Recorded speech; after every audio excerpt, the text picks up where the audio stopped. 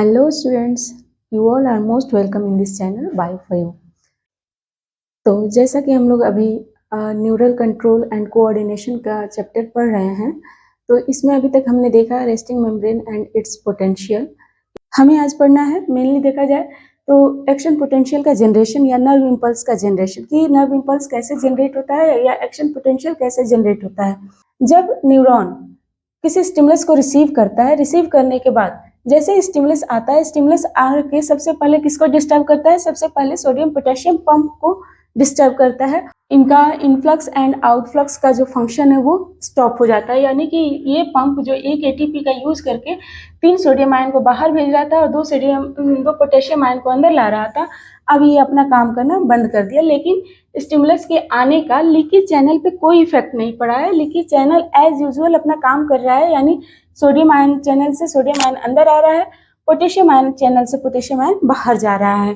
और लेकिन इसका डायरेक्ट इफेक्ट पड़ता है sodium ion voltage gated channel पे। जैसे ही ये सोडियम पोटेशियम पंप अपना काम करना बंद करता है, वैसे ही अंदर कैटायंस का कंसंट्रेशन लिटिल बिट इंक्रीज होता है। इसके इंक्रीज होते ही जो sodium ion voltage gated channel है ये ओपन हो जाता है, और ओपन होने के बाद काफ़ी ज़्यादा कंसंट्रेशन बढ़ जाता है सोडियम आयन का अंदर, क्योंकि लगातार ये सोडियम आयन का इन्फ्लक्स कराने लगता है, सोडियम आयन का इन्फ्लक्स होने लगता है इस sodium ion voltage gated channel के थ्रू। और चूंकि जो पोटेशियम आयन है वो भी बाहर नहीं जा रहा है, पोटेशियम आयन भी अंदर ही है, सोडियम आयन लगातार अंदर आ ही रहा है, जो इंट्रासेल्युलर फ्लूइड है ये क्या हो जाता है? पॉजिटिव हो जाता है। और इस वजह से अंदर जो इंट्रासेल्युलर फ्लूइड है इसमें कैटायन का कंसंट्रेशन ज़्यादा हो जाता है, बढ़ जाता है। और एक कंडीशन ऐसा आता है जब इंट्रासेल्युलर फ्लूइड टोटली पॉजिटिव हो जाता है और जो एक्स्ट्रा सेल्युलर फ्लूइड होता है वो नेगेटिव हो जाता है, यानी कि जो एक्सोनल मेम्ब्रेन है उसका जो इंटरनल सरफेस होता है वो पॉजिटिवली चार्ज हो जाता है और जो आउटर सरफेस है वो नेगेटिवली चार्ज हो जाता है। इसी कंडीशन को, इसी चेंज को हम नाम देते हैं जनरेशन ऑफ एक्शन पोटेंशियल। यानी यहाँ पे अब जो एक्शन पोटेंशियल है वो जनरेट हो गया है। कैसे जनरेट हुआ? तो जो अंदर पहले नेगेटिव चार्ज था, अंदर का इंट्रासेल्युलर फ्लूइड पहले नेगेटिव था, अब क्या हो गया है? कैटायंस का कंसंट्रेशन बढ़ने की वजह से वो पॉजिटिव में कन्वर्ट हो गया, और जो बाहर का फ्लूइड था, एक्स्ट्रा सेल्युलर फ्लूइड था, वो क्या हो गया है? वो अब नेगेटिव हो गया है। इस वजह से हम यहाँ पे बोलते हैं कि एक्शन पोटेंशियल यहाँ पे जनरेट हो गया है या नर्व इम्पल्स जनरेट हो गया है। किसके अगेंस्ट? तो उस स्टिमुलस के अगेंस्ट। उस जो भी स्टिमुलस इस एक्सोनल मेम्ब्रेन ने रिसीव किया था, न्यूरॉन ने रिसीव किया था, उसके अगेंस्ट यहाँ पे एक्शन पोटेंशियल अब जनरेट हो गया है। तो यहाँ पे हम बोलेंगे generation of action potential. First time जब एक्शन पोटेंशियल जनरेट होता है, इस प्रोसेस को हम नाम देते हैं डीपोलराइजेशन। इस कंडीशन को क्या नाम देते हैं?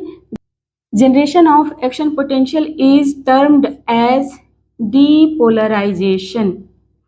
ओके, यानी नर्व इम्पल्स का जनरेट होना, एक्शन पोटेंशियल का जनरेट होना ही क्या कहलाता है? डीपोलराइजेशन कहलाता है। लेकिन कब? जब ये फर्स्ट टाइम जनरेट हो तब हम इसे बोलेंगे कि एक्शन पोटेंशियल जनरेट हुआ है। आगे जब यहाँ पे एक बार एक्शन पोटेंशियल जनरेट हो गया, इसके बाद से जब फर्दर जनरेट, उसको हम जनरेशन नहीं बोलेंगे, एक्शन पोटेंशियल का जनरेट होना नहीं बोलेंगे, उसको हम कंडक्शन बोलेंगे। कि अब यहाँ पे जो एक्शन पोटेंशियल है वो एक जगह से दूसरी जगह धीरे धीरे कंडक्ट हो रहा है, आगे की तरफ प्रोसीड हो रहा है, बढ़ रहा है। ये तो हो गया जनरेशन ऑफ एक्शन पोटेंशियल, यानी कि डीपोलराइजेशन। अब चलिए हम देखते हैं कि ये जो डीपोलराइज कंडीशन में आया है ये फिर से पोलराइज कैसे होगा, यानी रीपोलराइज कैसे होगा। और ये जो एक्शन पोटेंशियल है ये एक एक्सोनल पार्ट से, एक एक्सोनल हिस्से से, न्यूरॉन के एक हिस्से से न्यूरॉन के दूसरे हिस्से में कैसे कंडक्ट होता है, कैसे आगे बढ़ता है। तो अब देखिए, जहाँ पे स्टिमुलस रिसीव हुआ है वहाँ पे अब उसका एनवायरनमेंट कैसा है? वहाँ पे पॉजिटिवली चार्ज हो गया है। लेकिन चूंकि उस नेक्स्ट पार्ट में अभी भी एज यूजुअल वो जो मेम्ब्रेन है, एक्सोनल मेम्ब्रेन का अदर पार्ट जो है वो अभी भी क्या है? वो रेस्टिंग मोड में ही है।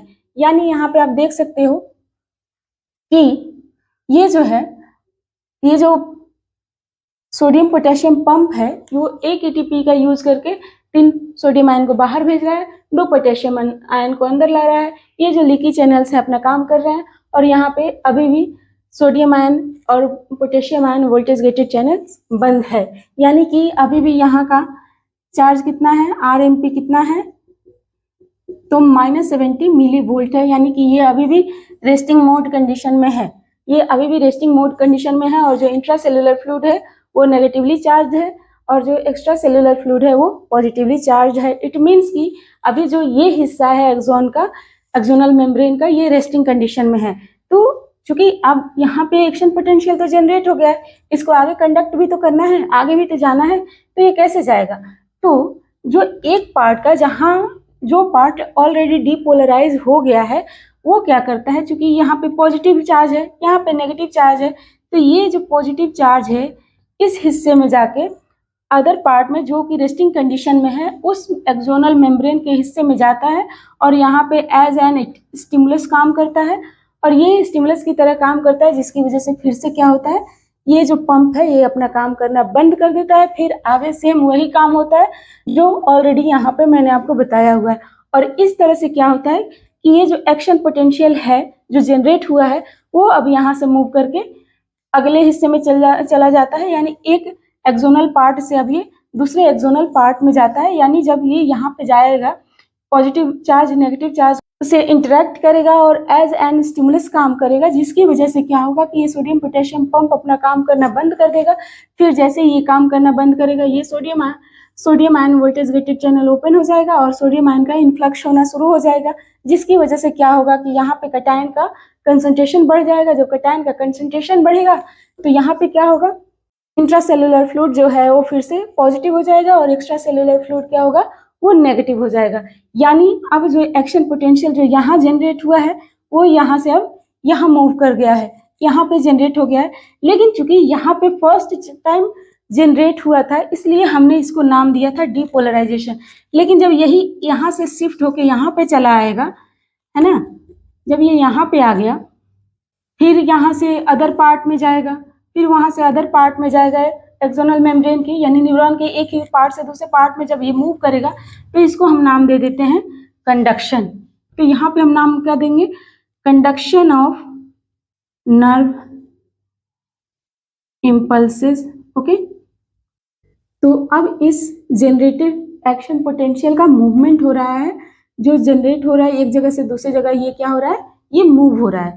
लेकिन अब चलो, ये तो यहाँ से वहाँ मूव हो गया, लेकिन ये जो सेल, ये जो एक्सोनल पार्ट, एक्सोनल मेम्ब्रेन का ये जो पार्ट है, ये तो डिपोलराइज कंडीशन में। अब ये अगेन पोलराइज कंडीशन में कैसे आएगा, अपने एक्चुअल कंडीशन में कैसे आएगा, एक्चुअल स्टेट में कैसे आएगा, क्योंकि मेम्ब्रेन तो हमेशा बाय डिफॉल्ट वो रेस्टिंग मोड में रहता है। तो रेस्टिंग मोड में लाने के लिए, चूंकि वो रेस्टिंग मोड में है तो होता है, हम उसे नाम देते हैं पोलराइजेशन। यानी पोलराइज्ड मोड में लाने के लिए फिर क्या करना होगा, तो यहाँ पे होता ये है, तो फिर से इसको रीपोलराइज कंडीशन में लाने के लिए हम देखते हैं कि फर्दर इसमें क्या चेंजेस होते हैं। तो जैसे ही जब एक्शन पोटेंशियल यानी इंट्रासेल्युलर फ्लूइड का जो चार्ज है, पोटेंशियल है, वो +30 मिली वोल्ट जैसे ही पहुंचता है, +30 मिली वोल्ट पे sodium ion voltage gated channel अपना काम करना बंद कर देता है, वो चैनल क्लोज हो जाता है और potassium ion voltage gated channel open हो जाता है, जिसकी वजह से क्या होता है कि लगातार पोटेशियम आयन का इफ्लक्स होने लगता है। पोटेशियम आयन इंट्रासेल्युलर फ्लूइड से एक्स्ट्रा सेल्युलर फ्लूइड में मूव ऑन करने लगते हैं, उनका ट्रांसफर होने लगता है और इस वजह से जो अंदर कटायंस का कंसंट्रेशन है वो ग्रेजुअली कम होने लगता है, डिक्रीज होने लगता है, जिसकी वजह से इसके एनवायरनमेंट पे काफ़ी इफेक्ट पड़ता है। अब यह पॉजिटिव से जहाँ पहले +30 मिली वोल्ट था, अब ये धीरे धीरे फिर से इसमें कन्वर्ट हो जाता है, नेगेटिव इन्वायरमेंट में कन्वर्ट हो जाता है। जो इंट्रासेल्युलर फ्लूइड है वो अब क्या हो जाता है, फिर से यहाँ पे नेगेटिव हो जाता है, ये नेगेटिव हो जाता है और अगेन ये धीरे धीरे इनका पोटेंशियल कितना हो जाता है, ये अगेन -70 मिली वोल्ट हो जाता है। यानी अब ये जो अंदर का एनवायरनमेंट जैसे ही नेगेटिव होता है, बाहर का एनवायरनमेंट पॉजिटिव हो जाता है और ये धीरे धीरे अपने एक्चुअल कंडीशन को अचीव कर लेता है। यानी ये इसका जो पोटेंशियल है वो कितना हो जाता है, -70 मिली वोल्ट हो जाता है। इसका वोल्टेज जो होता है -70 मिली वोल्ट हो जाता है। अब यहाँ पे जो potassium ion voltage gated channel है, इसका आप मेरिट कह लो या डिमेरिट कह लो, है ना, ये ना तो जल्दी ओपन होता है और ना ही जल्दी क्लोज होता है। जैसे कि ओपन होने के लिए इसको कितना मिली वोल्ट का पोटेंशियल चाहिए था, चार्ज चाहिए था, तो इसको ओपन होने के लिए +30 मिली वोल्ट चार्ज चाहिए था। उसी कंडीशन में जब इंट्रासेल्युलर फ्लूइड का पोटेंशियल कितना हो गया था, +30 मिली वोल्ट हो गया था, तब जाके ये चैनल ओपन हुआ था। लेकिन अब इसने -70 मिली वोल्ट तक तो इसका पोटेंशियल पहुंच गया है, लेकिन ये इस कंडीशन में आके भी क्लोज नहीं होता है, ये चैनल बंद नहीं होता है और अभी भी लगातार पोटेशियम आयन का आउटफ्लो इफ्लक्स हो रहा है। ओके, लेकिन अब यहाँ पे क्या होता है कि जैसे ही ये एक्सोनल मेम्ब्रेन वाला हिस्सा जैसे ही -70 मिली वोल्ट को अचीव करता है, ये जो सोडियम पोटेशियम पंप है ये फिर से अपना काम करना शुरू कर देते हैं। ये जो पहले बंद हो गए थे स्टिमुलस की आने की वजह से, ये अपना काम करना जो बंद कर दिए थे, अब ये अपना काम करना शुरू कर देंगे। यानी ये क्या करेंगे कि 3 सोडियम आयन को बाहर भेजेंगे और 2 पोटेशियम आयन को अंदर लाएंगे। लेकिन इसके बावजूद भी ये जो है, ये सोडियम पोटेशियम पंप जो है, ये पोटेशियम आयन का जो इफ्लक्स हो रहा है उसको, उस कंसंट्रेशन को ये कंपनसेट नहीं कर पाएंगे। यानी देखा जाए तो जितना कटायन अंदर आ रहा है, जितने कटायन का कंसंट्रेशन अंदर आ रहा है, उससे कहीं ज़्यादा कटायंस का कंसंट्रेशन बाहर चला जा रहा है, जिसकी वजह से ICF है ये मोर एंड मोर नेगेटिव होते जा रहा है। और ये नेगेटिव होके कहाँ पहुँच जाता है, ये नेगेटिव होके पहुँच जाता है -90 मिली वोल्ट। इतना नेगेटिव हो जाता है कि ये माइनस मिली वोल्ट को अचीव कर लेता है। जो अंदर का पोटेंशियल है, इंट्रासेल्युलर फ्लूइड का जो पोटेंशियल है, वो अब कितना हो जाता है, -90 मिली वोल्ट तक पहुंच जाता है। और जैसे ही ये इंट्रासेल्युलर फ्लूइड का एनवायरनमेंट, इसका पोटेंशियल -90 मिली वोल्ट तक पहुंचता है, ये काम करना बंद कर देता है। यानी कि -90 मिली वोल्ट पे आके ये जो चैनल है ये फर्दर क्लोज हो जाता है और इनका जो फंक्शनिंग है, यानी कि पोटेशियम आयन का इफ्लक्स कराना, अब ये अपना ये काम करना बंद कर देते हैं। और अब यहाँ पे एक एक्स्ट्रा कंडीशन जो डेवलप होता है, फॉर द टाइमिंग होता है, लेकिन ये कंडीशन जो डेवलप होता है उसको हम नाम देते हैं हाइपर पोलराइजेशन। जब डीपोलराइजेशन से वापस -70 को अटेन करता है, अचीव करता है, तब बोलते हैं हम रीपोलराइजेशन। और जब -70 से मोर नेगेटिव हो जाता है, यानी -90 मिली वोल्ट तक पहुंचता है, तो हम उसे बोलते हैं हाइपर पोलराइजेशन। और जैसे ही ये हाइपर पोलराइजेशन कंडीशन में आता है, potassium ion voltage gated channel जो है अपना काम करना बंद कर देता है, क्योंकि अब ये क्लोज हो जाता है। इस वोल्टेज पे ये अपने आप को ओपन नहीं रख सकता है, ये इसके लिए थ्रेशोल्ड लेवल हो जाता है। तो इस कंडीशन में आते ही अपने आप को क्लोज कर लेता है। जैसे ही क्लोज होता है, आफ्टर सम टाइम ये अपने नॉर्मल कंडीशन में आ जाता है, यानी ये फिर से -70 मिली वोल्ट वाले कंडीशन को अचीव कर लेता है और ये फिर से रीपोलराइज्ड कंडीशन में आ जाता है। यानी अब ये जो एरिया है, ये जो मेम्ब्रेन है, ये फिर से रीपोलराइज्ड हो जाता है, यानी पोलराइज्ड कंडीशन में आ जाता है, यानी यह अब रेस्टिंग कंडीशन में आ जाता है। फर्दर अब ये सेम प्रोसेस जो यहाँ पे हुआ है कि पहले डीपोलराइजेशन हुआ, फिर रीपोलराइजेशन हुआ, फिर हाइपरपोलराइजेशन हुआ, सेम प्रोसीजर यहाँ पे भी होता चला जाएगा। और ये एक पार्ट से दूसरे पार्ट, दूसरे पार्ट से तीसरे पार्ट, ऐसे ही मूव होते हुए, यानी कि पहले कंडक्शन होगा, यानी नर्व इम्पल्स पहले तो जनरेट होगा, जनरेट होने के बाद ये एक पार्ट से दूसरे, न्यूरॉन के ही एक पार्ट से दूसरे पार्ट तक कंडक्ट होगा, यानी इसका ट्रांसफर होगा। देन आफ्टर इनका ट्रांसमिशन होता है, जो इफेक्टिव ऑर्गन है वहाँ पे ये ट्रांसमिट होके जाता है। Okay, this is all about the generation, conduction and transmission of nerve impulses. और इतने प्रोसीजर में, जनरेशन, कंडक्शन एंड ट्रांसमिशन में जो फर्दर प्रोसेसेस रोल प्ले करते हैं वो कौन से होते हैं, यानी कि depolarisation, repolarisation and hyperpolarisation. तो पोलराइजेशन का क्या मतलब होता है? पोलराइजेशन का मतलब ये होता है कि जो भी एक्सोनल मेम्ब्रेन है उसका इंटरनल एरिया नेगेटिव हो, आउटर एरिया पॉजिटिव हो। जो अंदर का पोटेंशियल है, जो अंदर का चार्ज है वो -70 मिली वोल्ट हो, तो हम इसे बोलते हैं कि ये पोलराइज्ड कंडीशन में है। इसको हम टर्म देते हैं पोलराइजेशन। लेकिन जैसे ही स्टिमुलस आता है, स्टिमुलस के आने की वजह से सोडियम पोटेशियम पंप अपना काम करना बंद हो जाता है, कर देता है, और sodium ion voltage gated channel open हो जाता है, जिसकी वजह से अंदर कैटायंस का कंसंट्रेशन बढ़ जाता है। और उसके बाद अंदर जो एक्सोनल मेम्ब्रेन है उसका इंटरनल एरिया पॉजिटिव हो जाता है और बाहर का एरिया नेगेटिव हो जाता है। इसी कंडीशन को जब ये फर्स्ट टाइम होता है तो हम उसे नाम देते हैं जनरेशन ऑफ एक्शन पोटेंशियल, और इसी कंडीशन को नाम देते हैं डीपोलराइजेशन। और उस कंडीशन में जो इंट्रासेलुलर फ्लूइड का पोटेंशियल है वो -70 मिली वोल्ट से बदल के अब क्या हो जाता है, +30 मिली वोल्ट हो जाता है।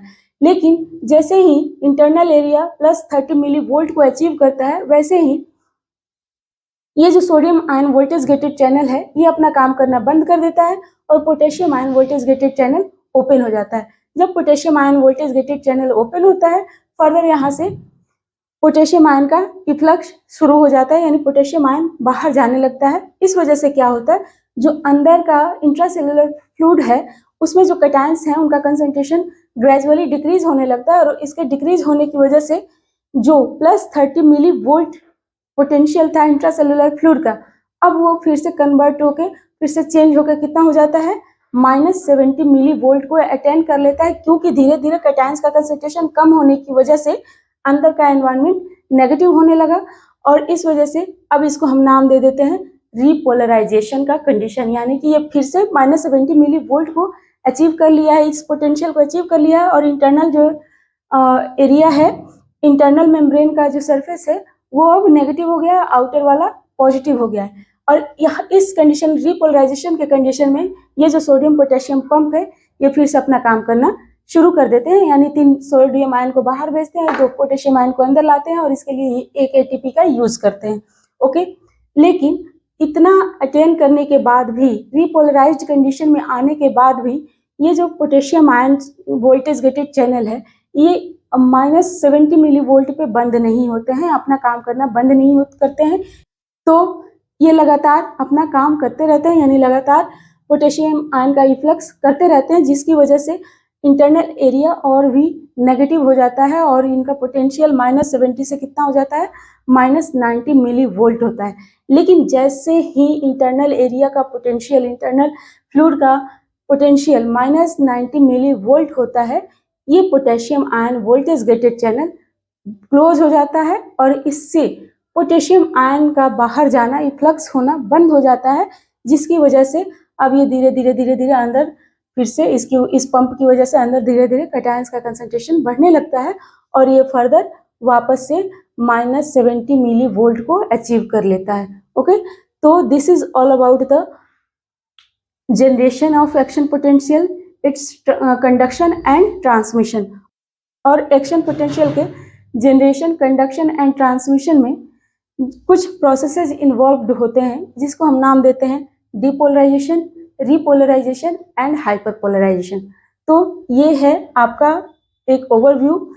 ओके, तो चलिए इसको एक मैं ग्राफ से रिप्रेजेंट कर रही हूँ, सो दैट आपको चीज़ें क्लियरली समझ में आ जाए। तो आइए अब इसको एक ग्राफ के थ्रू समझते हैं कि एक्शन पोटेंशियल का जनरेशन कैसे होता है और इसमें कौन कौन से प्रोसेसेस इन्वॉल्व्ड हैं। तो जैसा कि हमने इसको ग्राफ से रिप्रेजेंट किया है, यहाँ पे आप देख रहे हैं कि जब ये एक्सोनल मेम्ब्रेन रेस्टिंग कंडीशन में है, यानी पोलराइजेशन स्टेट में है, तो ये इसका जो पोटेंशियल है वो -70 मिली वोल्ट है, -70 मिली वोल्ट है। यहाँ पे ये रेस्टिंग कंडीशन में है।